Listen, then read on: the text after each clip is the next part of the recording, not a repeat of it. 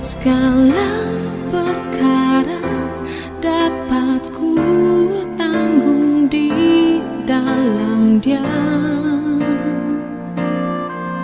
yang memberi kekuatan padaku. Shalom Bapak Saudara yang terkasih dalam Tuhan. Saya percaya bahwa berkat Allah sepanjang minggu ini sungguh memberkati menyertai hidup kita, amin. Kita akan belajar kembali malam hari ini dari sebuah peristiwa yang dialami oleh satu keluarga di mana mereka sedang mengalami pergumulan berat, mengalami persoalan yang sangat rumit, sangat besar, yaitu saudara mereka sedang dalam keadaan sakit, yaitu dalam Injil Yohanes pasal yang ke-11 ayat 1 sampai ayat yang ke-44. Saya akan baca beberapa saja. Dengan perikop Lazarus dibangkitkan. Ada seorang yang sedang sakit namanya Lazarus. Ia tinggal di Betania, kampung Maria dan adiknya Marta. Dan Lazarus yang sakit itu adalah saudaranya. Kedua perempuan itu mengirim kabar kepada Yesus, "Tuhan, dia yang engkau kasihi sakit." Ketika Yesus mendengar kabar itu, ia berkata, "Penyakit itu tidak akan membawa kematian, tetapi akan menyatakan kemuliaan Allah, sebab oleh penyakit itu anak Allah akan dimuliakan." Ayat yang ke-6, namun setelah didengarnya bahwa Lazarus sakit, ia sengaja tinggal 2 hari lagi di tempat di mana ia berada. Tetapi sesudah itu ia berkata kepada murid-muridnya, "Mari kita kembali lagi ke Yudea." Ayat yang ke-17, maka ketika Yesus tiba, didapatinya Lazarus telah 4 hari berbaring di dalam kubur. Nah, itu berbicara bahwa keadaan yang sulit seringkali membuat kita terjebak dalam sebuah masalah.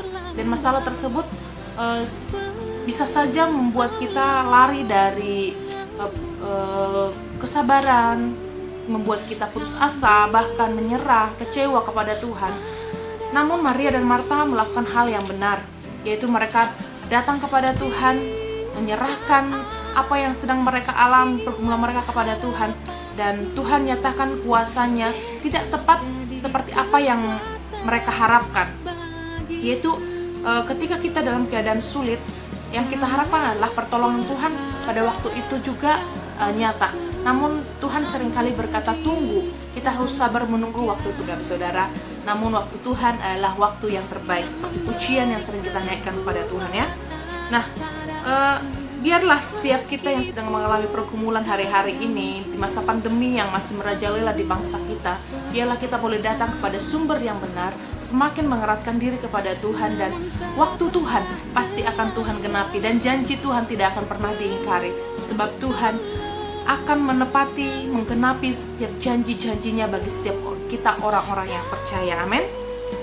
Masalah bisa datang kapan saja dan di mana saja. Setiap orang yang masih dalam dunia ini pasti pernah mengalami yang namanya masalah. Tetapi yang berbeda adalah bagaimana sikap kita dalam menghadapi masalah tersebut.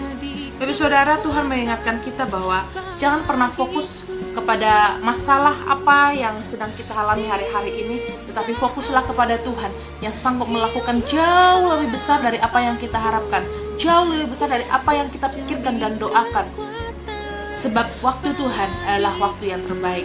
Pertolongan Tuhan akan tepat pada waktunya.